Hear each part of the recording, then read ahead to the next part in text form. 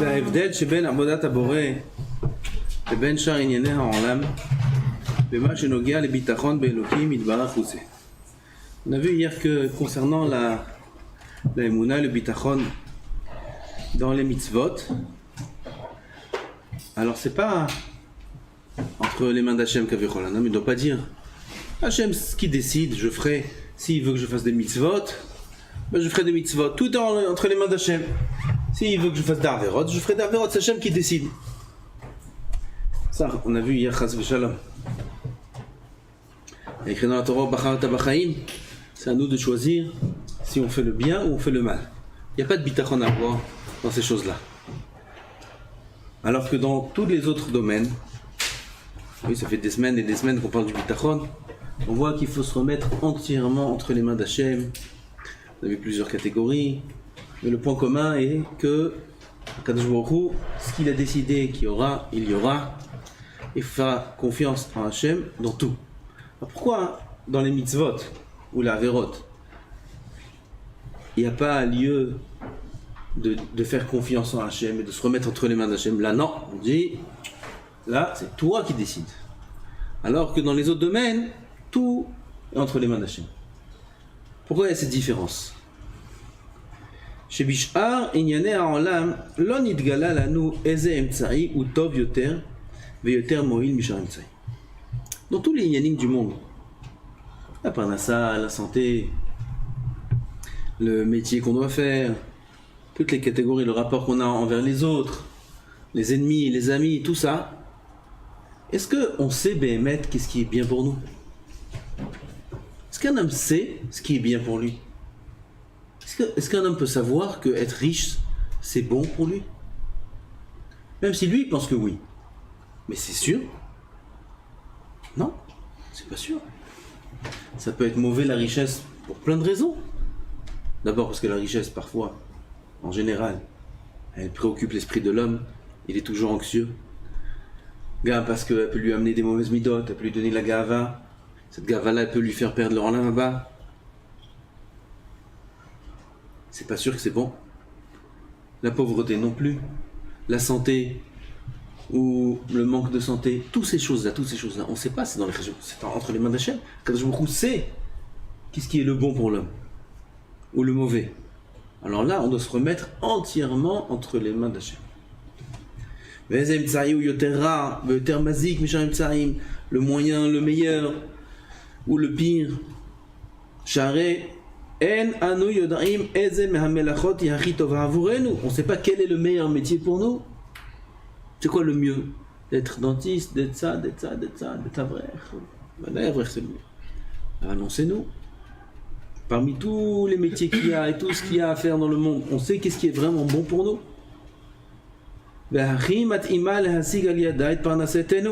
Quel est le meilleur moyen d'atteindre sa parnassa? Et briotenu, sa santé. Et tovatenu, le bien. Be'eze misra, par quel moyen, par quel commerce? Be'ezu derech, be'ezu me'apegoulat agashumiyot natzliach, par quel moyen matériel on pourra y arriver dans la vie? Quelqu'un peut savoir. Il peut voir dès maintenant, dans 10 ans, par quel moyen il aura sa parnassa? Personne au monde. Personne au monde. Et regardez combien il y a de changements et de chamboulements dans la vie des gens, dans la vie. Combien? Il a prévu comme ça, et puis c'est comme ça. Il a pensé monter l'affaire, et l'affaire c'est... Et finalement c'est venu d'ailleurs, et personne ne peut se voir. Ube'ez o derech, ube'ez o ma'peula, on a dit, la reine notenet shurat hadin. Shurat hadin ça veut dire c'est la logique. La logique est שאחרי שנעסוק באמצעים ואחרי שנתחנן אל האלוקים שייתן בליבנו את הכוח השפלות הנכון לבחור את האמצעים שהם הכי טובים. Alors on agit selon les choses qui nous semblent être logiques, comme on a vu plus haut. Si c'est le métier, c'est une attirance qu'il a pour ce métier, ou si c'est pas, alors un métier facile comme la Mishnah dit.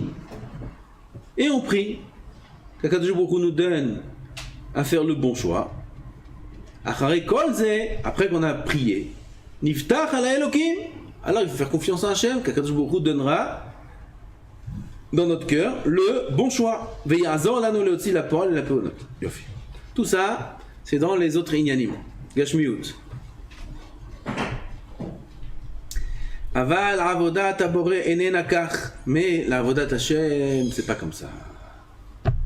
מפני שהבורא כבר הודיע לנו איזוהי הדרך הנכונה בעבודתו. Ça, Akadosh Baruch Hu nous a oui dit qu'est-ce qu'il faut faire et qu'est-ce qu'il faut pas faire. Qu'est-ce qui est bon, qu'est-ce qui est mauvais. Donc c'est un grand point de différence. Dans tous les inanimes du monde, qu'est-ce qui est bon, qu'est-ce qui est mauvais, on n'en sait rien.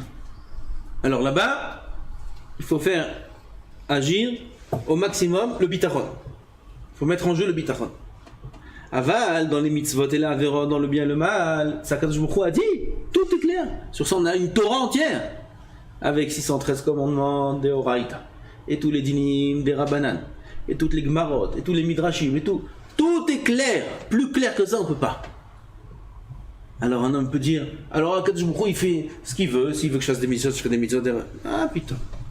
Akadosh Baruch Hu, là, dans ce domaine, nous a donné le libre arbitre à nous de jouer, à nous de choisir. Il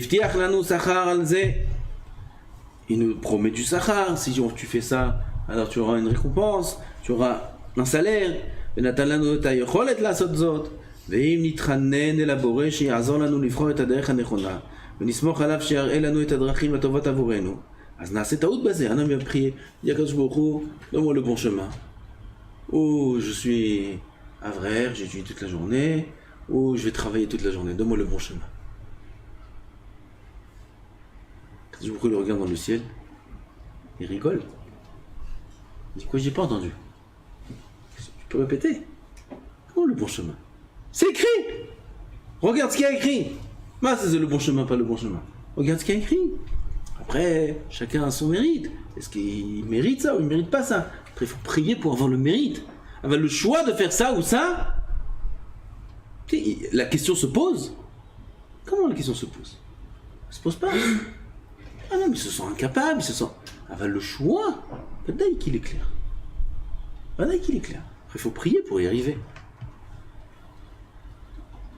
Alors, celui qui va prier, aide-moi à faire le bon choix dans les mitzvot, dans les averot. Est-ce que je vais ou je vais pas? Non, mais c'est pas. Et on doit aller dans un endroit.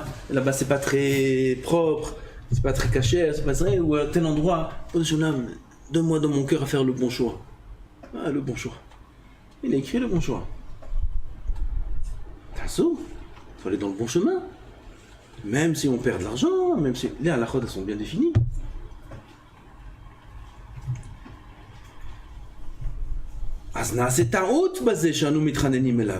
Le Rav dit c'est une erreur en soi de prier vers Hachem. Un homme il prie pour qu'Hachem lui donne le bon choix. La tfila en soi c'est une erreur. C'est de la bêtise de faire confiance à Hachem dans ce domaine. Il t'a déjà dit, quel est le choix à faire. Des choses qui vont t'apporter des bonnes choses dans le monde présent et dans le monde futur.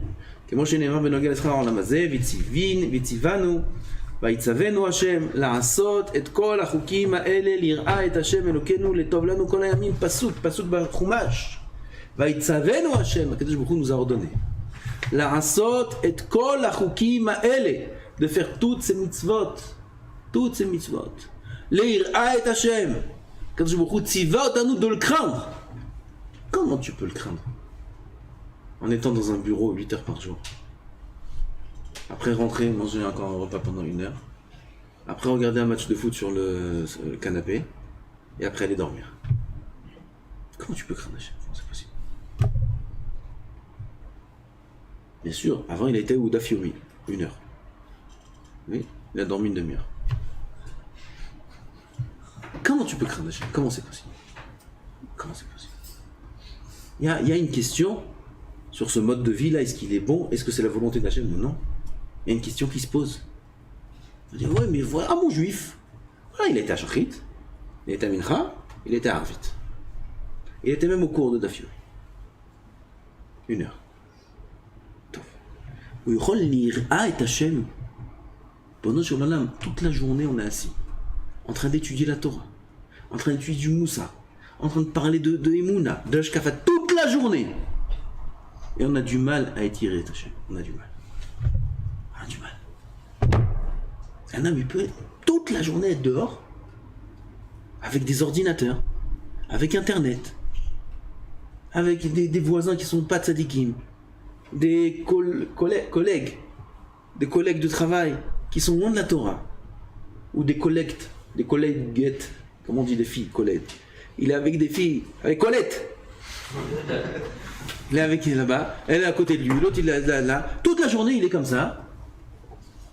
Vous יכולים להיות ירא את השם? איך יכול להיות דבר כזה? איך יכול להיות?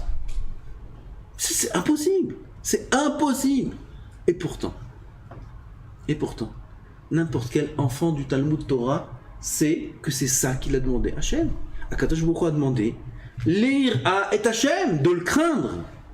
On a une mitzvah de Horaïta de craindre Hachem, d'avoir peur d'Hachem, d'aimer, d'être investi dans ses mitzvot. Comment tu peux être investi dans ses mitzvot en travaillant 8 heures dehors? D'accord, hein? Si les autres 8 heures, il va les investir, il a une chance. Je connais des Yeridim, je connais peut-être 1 ou 2 dans le monde. Je connais pas le monde entier, peut-être il y en a d'autres, sûrement qu'il y en a d'autres. Mais parmi toutes les personnes que je connais 1 peut-être ou 2 dans le monde entier qui travaillent 8 heures par jour et qui étudient tout le reste de la nuit. Et ils sont Talmidei Chachamim, ils connaissent le chasse, ils sont Yirei Shamayim, Gdolim, Me'on Tzedikim. Ils marchent dans la rue avec des Gemarot. Et ils travaillent, ils sont dans une banque et tout, ils travaillent normal. Ils ont une belle maison, ils ont une belle voiture, tout. 1, 2. Il ne dort pas de la nuit. Il ne dort pas de la nuit. Tu lui parles en plein milieu, tu lui parles, il dort. La nuit, il ne dort pas. Toute la nuit, il étudie à toi. Qui c'est qui peut faire ça? Quelqu'un peut prétendre, ah ouais, c'est un bon programme ça pour moi, tiens, c'est ce que je vais faire. Alors, regarde comment t'es toute la journée à la yeshiva déjà. Combien de pauses, combien de café, combien de trucs, combien de bitoul, combien c'est toujours le réveil, tu me parles d'étudier 8 heures toute la nuit étudier, la nuit c'est sa journée, et la journée il travaille aussi. Donc pour arriver à Yareh et Hachem, combien il faut s'investir dans la avoda, dans le service d'Hachem pour arriver à accomplir la mitzvah simple, écrite noir sur blanc dans la Torah, l'Ira et Hachem. Alors après ça, et les choses sont simples, sont claires, il n'y a pas de libre arbitre ici. Au contraire, il y a un grand libre arbitre. Il n'y a pas de question à dire est-ce que je vais faire comme ci, est-ce que je vais faire comme ça. C'est l'Ira et Hachem. Hasidim Arishonim, ils priaient 3 heures chaque tfila. Chaque tfila, 3 heures, ils priaient. 1 heure avant, 1 heure la tfila, 1 heure après la tfila. Et il y a 3 tfilas par jour. C'est 9 heures de tfila par jour. La Gemara demande Parnassatan, leur Parnassa, d'où ils l'ont? 9 heures, que la tfila. Leur Torah, on parle de Tanaïm, d'où ils ont la Torah? Oh, pour être un grand Talmid Chacham, il faut étudier 20 heures par jour. Au moins 12 heures. Comme ça, cet appeleur, il a une lettre où il promet que celui qui étudie 12 heures par jour, il sera un Talmid Chacham. Il ne sera pas un Yachid Bador, là-bas il écrit, il ne sera pas un grand, unique au monde, mais il sera un Talmid Chacham, 12 heures par jour. S'il prie 9 heures par jour, ils n'ont pas les 12 heures. Oui? Parce que sinon ça fait 21 heures. 9 heures, 21 heures, il faut manger, il faut un peu dormir, il reste quoi? 2 heures, 3 heures? C'est pas possible. Alors, ils n'ont pas les 12 heures, comment ils deviennent Talmid Chacham? La Gemara répond, leur Parnassa, elle est mitbarechet, leur Torah, il y a une siyata d'Ishmaya, Akadosh Baruch Hu leur donne tout. Ils ont la Parnassa, ils ont la Torah, ils ont tout. C'est ça la voie d'Hachem. Pourquoi? Moi je fais ce que Akadosh Baruch Hu tu m'as dit. Tu m'as dit l'Ira Hachem. L'Ira Hachem, moi ça me prend 4 heures de moussard par jour. Ça me prend beaucoup de temps pour étudier la Gemara, ça me prend beaucoup de temps. Comment je vais faire? Je fais ton commandement. Mais c'est bien, Akadosh Baruch Hu tu fais mon commandement, c'est lui le maître du monde. Alors je ferai en sorte que tu manques de rien. Que tu aies tout ce qu'il faut. Tu manques de rien. L'Ira et Hachem Elokeinu, je relis le pasuk. Vaitzavenu Adonai la'asot et kol hachukim ha'ele. Kadosh Baruch Hu, c'est Moshe qui parle à Am Yisraël. Nous, on était là-bas. Akadosh Baruch Hu nous a ordonné d'accomplir toutes ces mitzvot. tout.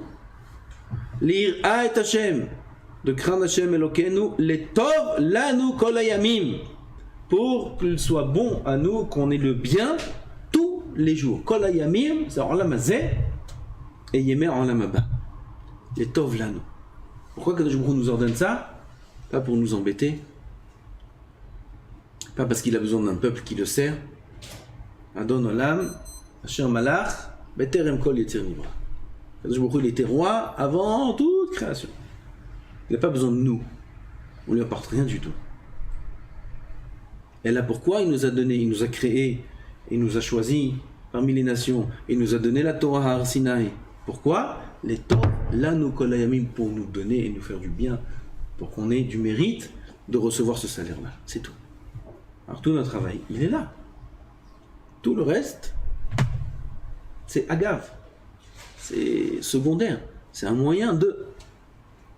Il faut Amen Kemach, un Torah. Il faut de la farine. Il faut de la farine. On n'a pas dit qu'il faut de la farine. Hein? Tout le monde te dit, viens dire, il faut travailler. Amen Kemach, un Torah. Moi, ça coûte du Kemach. Hein? Moi, ça coûte du Kemach. 5 shekels le kilo. Combien tu peux faire de repas par jour avec? Plein. Plein. Combien de pain tu fais avec 1 kilo de farine, 1 kilo de pain? Combien tu manges de pain par repas? 200 grammes, 300 grammes, 300 grammes. 1 kilo de farine, tu as 300 grammes. Pour un repas, x 3. Tu as 3 repas, il reste de la monnaie. Je ne vais pas manger du pain. Non, tu prends du houmous. 1 kilo de houmous. Ouais, ça coûte 8 shekels, il dit. Tu me donneras l'adresse. Ah, du pain de houmous. Non, tu mets de l'huile d'olive aussi. Et un peu d'harissa. Voilà. Allez, je te donne encore un peu plus. Allez, ça va. 50 shekels. Allez, 50 shekels, tu manges. Par jour. Imen kemach, dakasha. Yesh kemach. Oui, c'est ma Torah. Ça yesh kemach. Imen kemach et Torah, il faut être milliardaire. Imen kemach et Torah. Comme ça, ils te disent, les gens. Imen kemach, voilà, écrit. Il faut de la farine. Il faut de la farine, pas de problème. Tiens, va t'acheter 1 kilo de farine. Dakasha, va étudier. Va étudier, ma. Il faut qu'il y ait une kemach, il faut une voiture de tel modèle. Il faut une kemach, il faut un appartement. Tu sais même pas comment on rentre.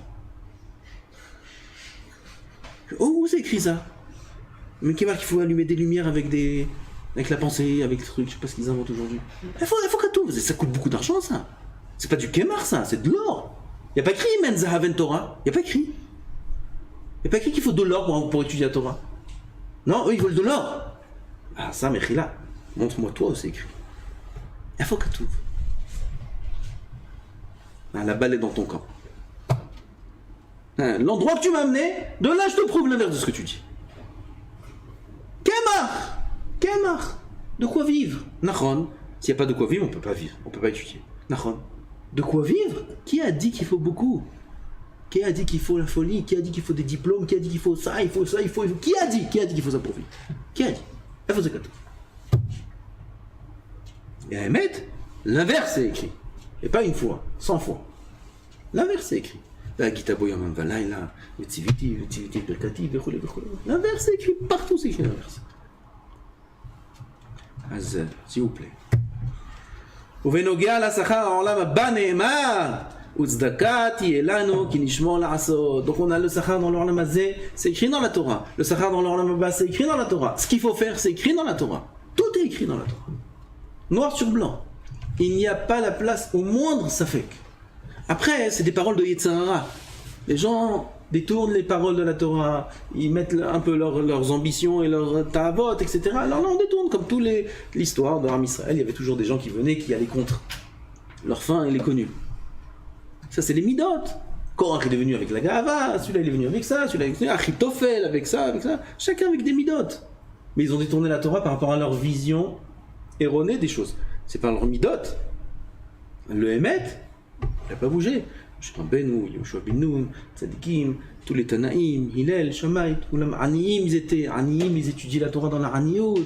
Rabbi Elazar, il était très riche, il avait 1000 forêts, 1000 bateaux dans les mers. Il prenait des provisions, il allait d'un endroit à un autre pour étudier la Torah. Il était très riche. Yosef Hatzadik, il était très beau. Et quand même, il a étudié la Torah. Il était Yerushalayim. Hillel Azakan, il était très pauvre. Et quand même, il a étudié la Torah. Tout est écrit. Il n'y a pas besoin de faire des grandes recherches pour voir le Hémet. Le Hémet est écrit noir sur blanc. Ce qui fait détourner le Hémet, c'est les midotes de l'homme. L'homme, il a envie d'autre chose. Il a envie d'autre chose, alors il va tout voiler. Mais en vérité, tout est dévoilé. Mais quand je nous ordonne, ou bacharta bachayim.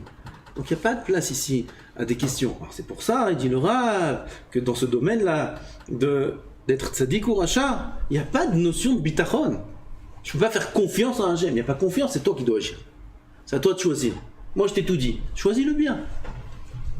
Dans les autres domaines, qui ne sont pas tzaddik ou racha, qui ne sont pas Torah ou mitzvot, c'est les autres domaines de la vie. Tout le reste, dans ce cas-là, tu ne peux pas savoir qu'est-ce qui est bon, qu'est-ce qui n'est pas bon. Et ce n'est pas entre tes mains de décider. Là, rentre en jeu le bitachon à 100%, Kadosh Baruch Hu Yizaken.